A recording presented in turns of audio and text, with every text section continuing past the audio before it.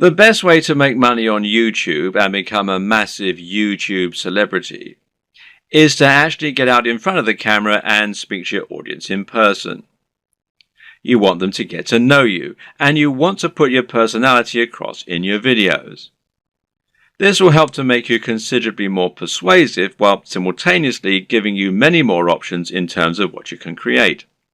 And if you're going to do that, there's some crucial equipment and software you're going to need to invest in. This can be somewhat expensive, but if all goes to plan, it will pay for itself over time and it will be money well spent. Just as a note here, if you're not comfortable going in front of the camera, you can still be very successful with a YouTube channel, and this will reduce what you need to invest in.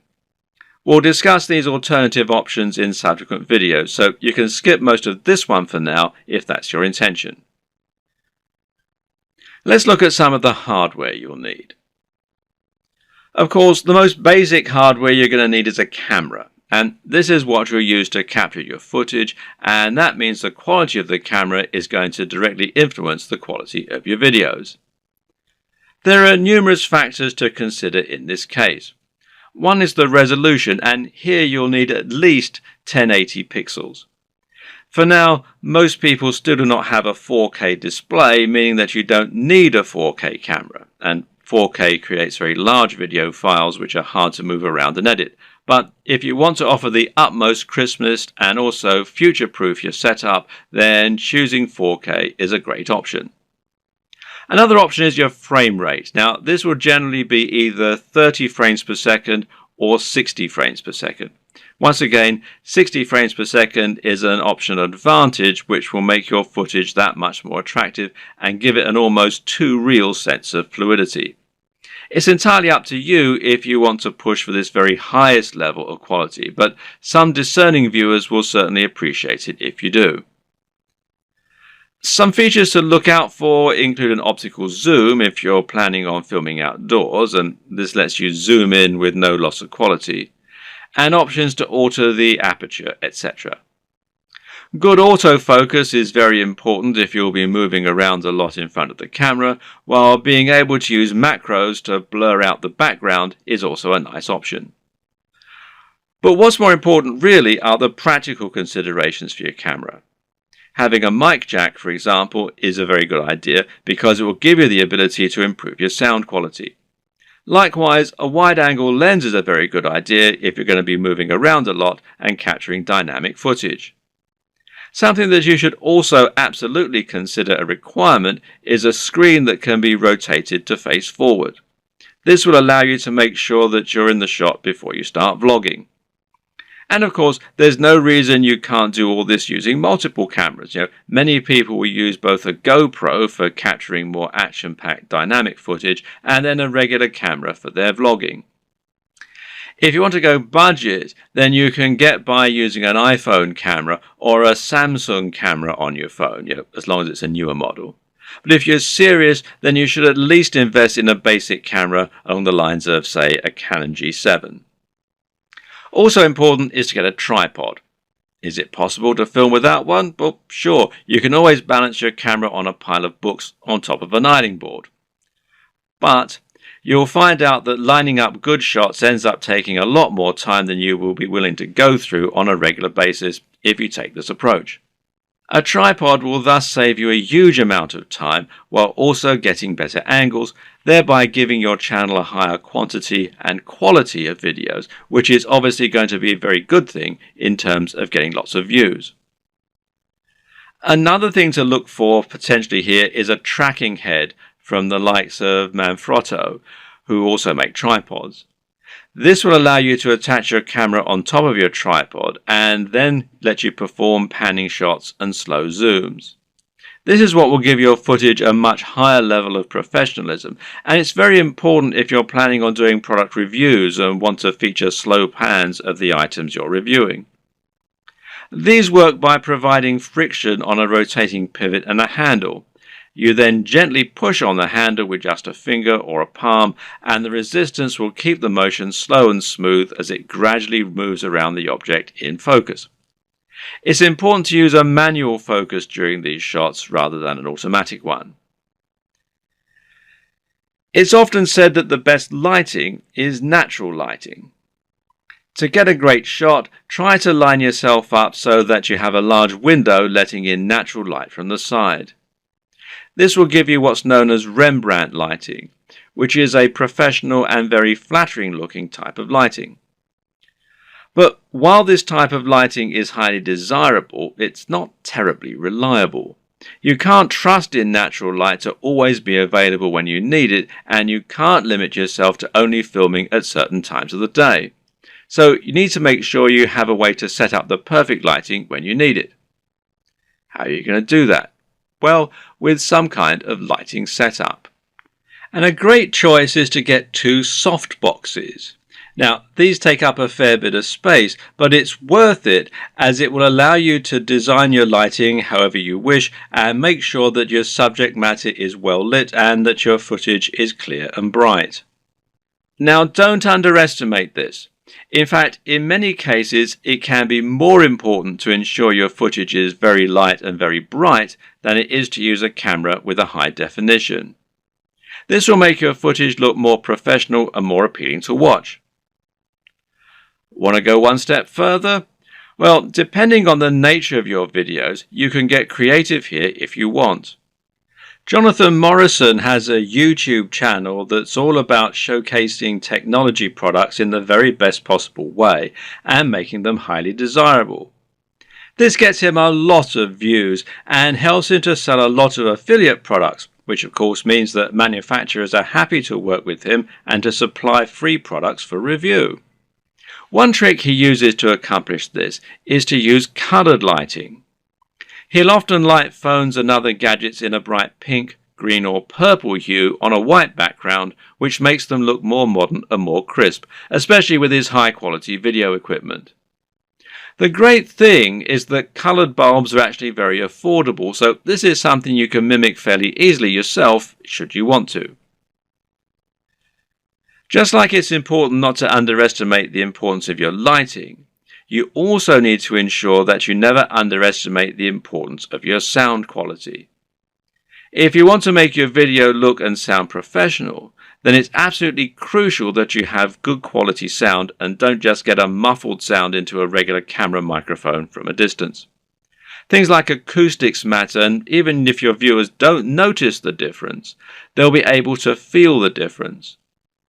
Things like this make a massive psychological impact and can be the difference between a channel that has high production values and that people love to watch, and one that looks unprofessional and that nobody takes seriously. Fortunately, sound is a relatively easy thing to get right, and the best way to do this is with a basic external microphone. You can get a lapel mic, also known as a lavalier mic, easily enough, and then attach it to your phone or camera to record your audio at the same time. Better yet, find a high quality microphone that you can plug directly into your camera's mic jack. The Blue Yeti Snowball microphone is one of the most popular choices among YouTubers right now, and it is a very affordable option that will provide a crisp and clear sound quality very easily. As well as hardware, you'll also need to invest in some basic software and other intangibles. The most obvious thing here is your editing software, which you're going to use to take your footage and turn it into something that has a narrative structure and that's actually fun to watch. There are plenty of options here, which include Sony Vegas, Final Cut Pro X, iMovie, and Adobe Premiere with After Effects. Your choice will depend on personal preference, budget, and your computer. But either way, you will need a professional editing suite in order to make your videos look the part. This is what you'll use to cut and stitch together your footage, and it's what you'll use to add things like music and logos. There are numerous graphics you'll also want to add to your videos. For example, you'll probably find you need some kind of logo to overlay on top of your videos if you want to build a brand. This is important as it will help to ensure people know who you are and that your videos and content are from the same creator. A good logo should be coupled with a good name, and ideally, the two together should be enough to communicate everything new viewers need to know about your brand. If you get this just right, then people should be able to tell from those things alone whether they'd be interested in your channel and potentially subscribe with no further information. Other graphics will also come in handy. For example, you might want to use bottom thirds, which you will overlay on top of your video as a way to annotate what's happening on the screen. Then you might want to find some stock images that you can use to illustrate points that you're making, or that you can use in conjunction with your recorded footage. On top of this, you'll need to look into video and sound for your videos. One important thing here is a video opener, which is a short clip that will play at the start of your videos and help you to further cement your brand while indicating that the video has started. Music can be very useful and would allow you to make your videos a lot more engaging while also being able to invite emotional responses. So, where do you find all these extra materials? One answer is to pay for your materials to be created on a site like Fiverr or Upwork. These sites will allow you to find freelancers who can create your materials for you and make them look very professional. Again, it's a small investment, but it's very much worth it, seeing as how much use you'll be getting out of these things. So once you have your equipment, you're ready to start creating your footage and uploading it to YouTube. So what's the average day like for a YouTuber? How do you go from start to finish and save yourself as much time as possible? Well, everyone works differently, but it's certainly worth coming up with a workflow to minimize the amount of time and effort that will go into making videos. It's very important that your content be uploaded regularly in order to avoid losing your subscribers. And with that in mind, you need to be able to rely on a simple process to keep making more videos. To start with, you should try to keep an area in your home or studio ready for filming at all times. Designate a corner of an office or somewhere else to record your footage. That way, you won't have to get everything out and set everything up each time you want to film. It'll be there ready for you to go right away. This also means you can create a set for yourself and a backdrop. This is very important because it will once again greatly improve your professionalism. You don't want to record footage of yourself talking in front of an untidy bedroom with clothes strewn everywhere. Nor do you want to record in an untidy office or any other part of the home that just looks like someone's house, unless of course your niche is about something for the home. Rather, your aim is to make a professional looking set that will help to reinforce the lifestyle that you're trying to promote. Now, this might mean that you set up an area in your home to reflect what you're trying to say about yourself, and this could be a very clean and modern looking desk setup, for example, or it could be lots of comics and film merchandise. Another option is to use a completely white background, which is achievable with your lighting equipment and a white wall or even a bedsheet pulled taut, or to print out a large canvas or poster that you can use for your backdrop. Or you can use a system called chroma key and insert a background in post-production. Whatever you eventually decide, just make sure you have everything right where you need it, and you know just where to stand, and you have somewhere to proper script. A good tip is to write yourself something of a script before you start, but to be generally quite relaxed in the way that you stick to this script. It's fine to work from it rather than reading it out verbatim. Another tip is to break your script down into lots of smaller pages. This way you can glance at the next section, perform it, and then move on to the next part. If you have a big enough storage card, then you can record everything in one take and then subsequently edit into a video that people will want to watch. But to do this, you also need to make it as easy as possible for yourself. You can do this by moving slightly each time you perform the next page. This will not only help you to see when you got the take right when looking at the footage in the editor, you'll know that the take just before you moved was the right one, but it'll also make it much more dynamic video as you'll be moving position on the camera as you speak. This makes it easier to edit in cuts too, as when you cut, you need to either keep your position the exact same or make it purposefully very different. You can't just move slightly, as this will look like an awkward twitch. Another tip is to clap at the start of each new section. Why? Because that will make it easier for you to see the audio spike in the editor. One more. When recording your footage, always leave long spaces before and after each take, and generally record much more than you think you're going to need. This will give you more to work with in editing.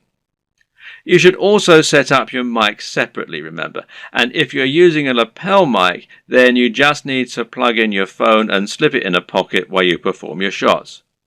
You can do this all in one take as well. Now, depending on the nature of your video, you might need to record some extra footage as well that you can use as inserts. A long video of someone talking is not normally very engaging, which is why you'll want to switch it up often with clips of other videos or with images. One way to do this is by collecting a B-roll. Now, this is insert footage of the product you're reviewing, of your location, or of anything else that is related to your subject matter. The way you'll then use this is to have your audio running continuously in the background and then switch the footage of you speaking for footage of your products or of the environment. Collecting B-roll is a definite skill and will involve using the tracking head and tripod as discussed earlier. Try checking out technology videos from the likes of Android Authority, Techno Buffalo, and The Verge, amongst others, and you'll find they always include shots of phones and computers next to pens and paper, or by running water, or in the middle of grass and plants. In any case, the environment helps to showcase the beauty of the design and engineering, and it makes the shot more interesting than just a simple shot of a phone in someone's hands. This shows off that lifestyle again, and it makes everything look attractive and desirable.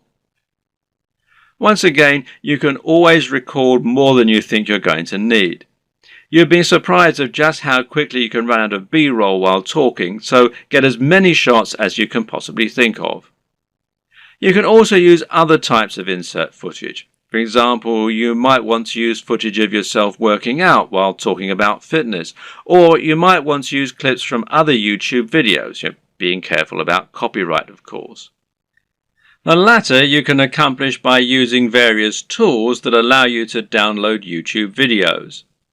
A good choice is Hyper for YouTube, which you can download for free from the Windows Store. There are all manner of other ways to collect fun footage too. How about using a time-lapse, for example? Timelapse Pro is an app for Android, iOS and Windows, and it's perfect for creating time-lapses of all kinds of things. Once everything is done, you're ready to edit your video. Open it up in your chosen video software and import it along with all the additional graphics, sounds and other materials you intend to use. You now want to sync up your audio to your video, and most programs offer easy ways for you to do this. In Adobe Premiere, for example, it's a simple matter of right-clicking on both and then selecting Synchronize and then by audio track. Now the audio will be in sync, and you can just put the video on mute so that it's replaced by the high quality audio you recorded separately. Now just link the audio and the footage so that any edits you make will affect both, as though they were recorded at the same time from the start. You'll want to line all this up so that you have all your footage in order and so that there are no awkward pauses. It's also important to keep things moving and to keep things dynamic all the way through.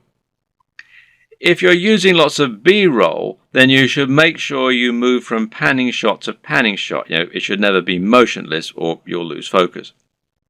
So make sure that you record lots of footage so that you have lots to work with, but then edit heavily too so that you're losing lots of it. Once everything is in order and the sound is lined up, you can then start to insert your extra footage and lay this over the top, intersperse it. Normally, You'll keep the audio going continuously and just cut back your video as you do this. If you watch the aforementioned Android Authority videos, then you'll notice that they tend not to have much of themselves talking at all. They have a clip at the start and at the end, and perhaps one or two in the middle, and the rest is all B-roll.